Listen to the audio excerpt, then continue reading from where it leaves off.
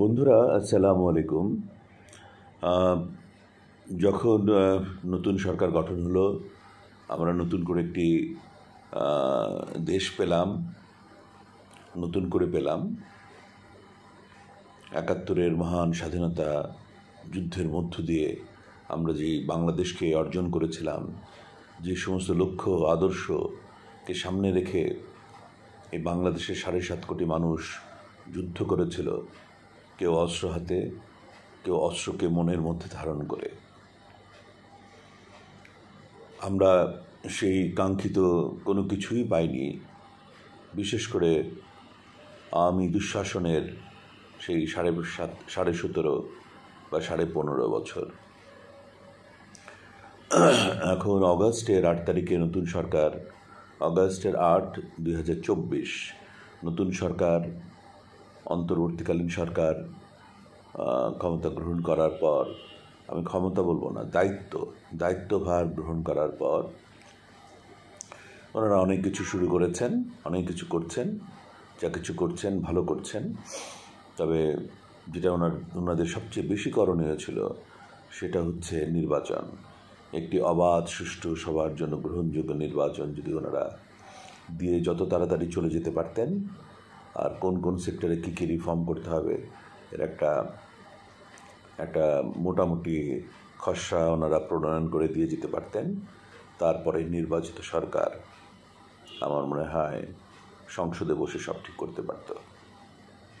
আর তাছাড়া যে সমস্ত কমিশনের রিপোর্টগুলো জমা পড়েছে, অনতি বিলম্বে আগামীকাল থেকেই এক একটা রিপোর্টকে নিয়ে প্রফেসর ইউনূসের উচিত সমস্ত রাজনৈতিক দলের সাথে বসা এবং আগামী 1 মাসের মধ্যে এই সব সমাধান করে যত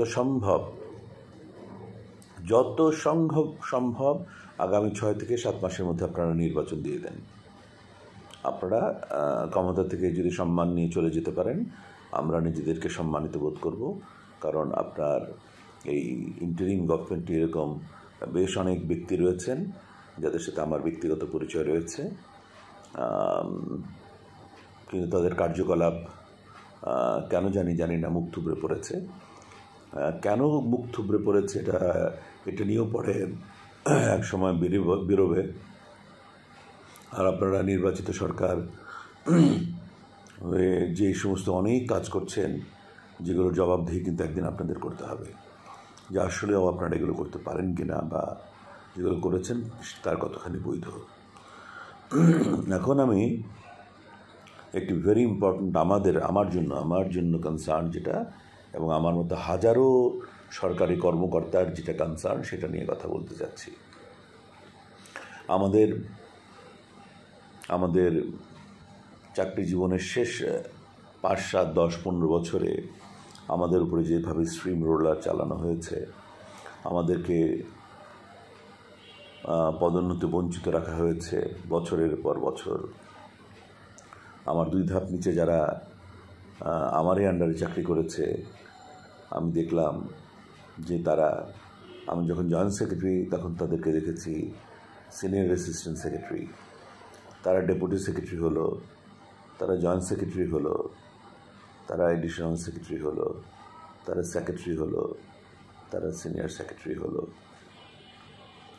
এর মধ্যে আমি আমার দৃষ্টিতে বলবো, আমি কতটুকুই বা বুঝি, সামান্য একজন মানুষ, কতটুকুই বা বুঝি।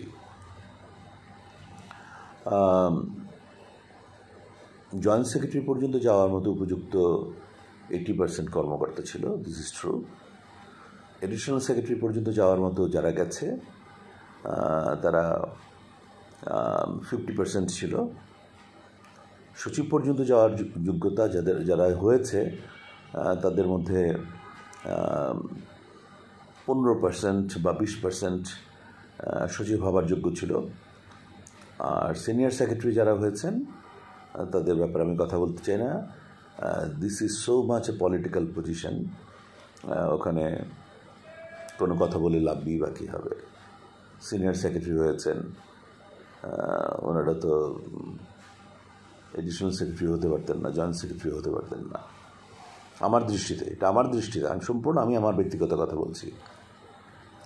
যাই হোক, তারপরে আমরা যারা পদোন্নতি বঞ্চিত ছিলাম, আমি নিজে বলতে পারি আমার চাকরি জীবনে আপনারা ঘেঁটে দেখেন ভালো করে, আমি 9 বছর পদোন্নতি বঞ্চিত ছিলাম। তো এরকম আমার মতো হাজারো কর্মকর্তা পদোন্নতি বঞ্চিত ছিল, আমি খুব বেশি পদোন্নতি বঞ্চিত হয়েছি। তো তারপরে কোনো রকমভাবে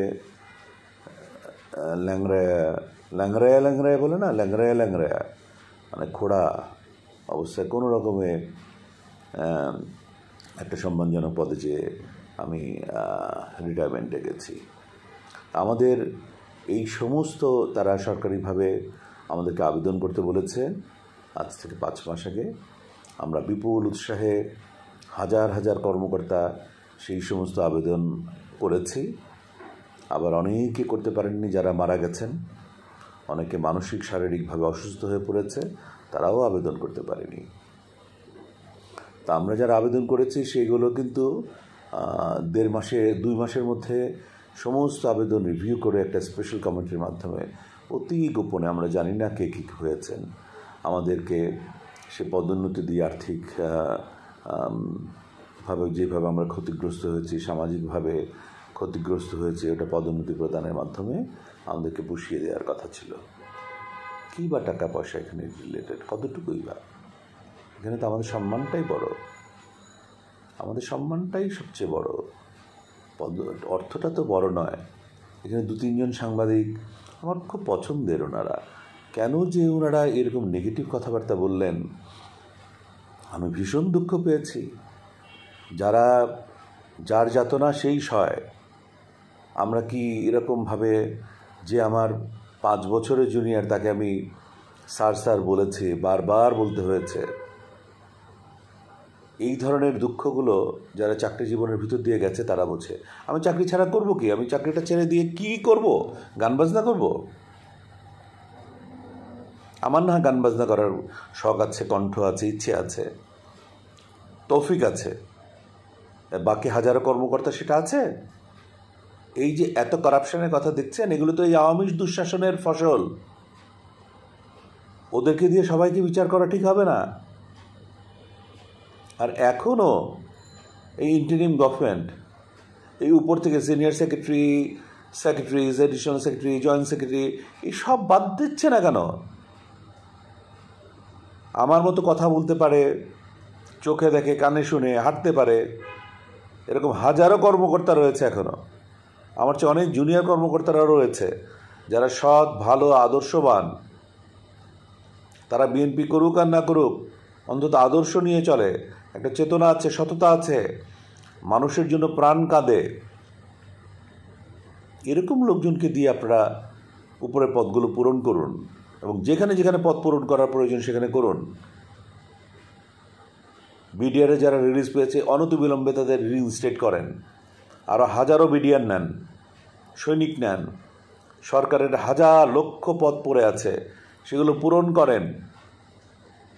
তাহলে না বুঝবো যে আপনারা কিছু একটা করছেন। আমি পরিবেশ নিয়ে কথা বলেছি সেন্ট মার্টিনস আইল্যান্ডের।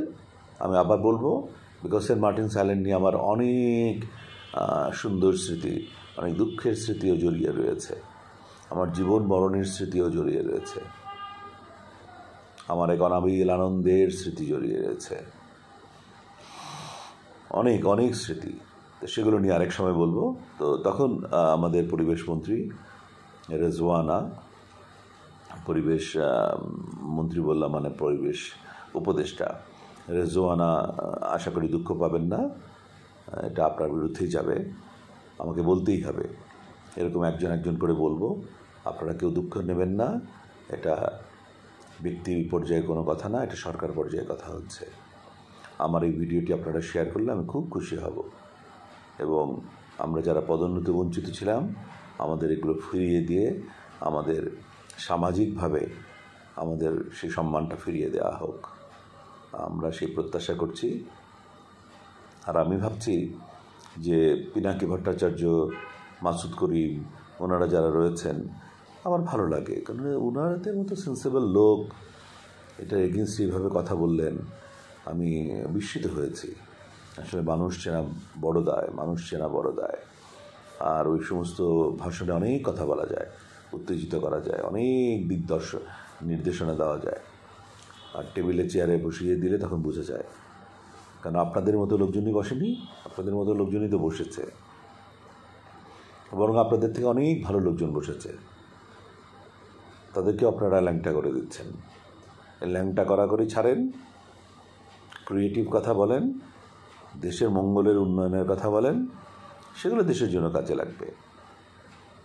তো সবাই ভালো থাকুন, সুস্থ থাকুন। আল্লাহ হাফিজ।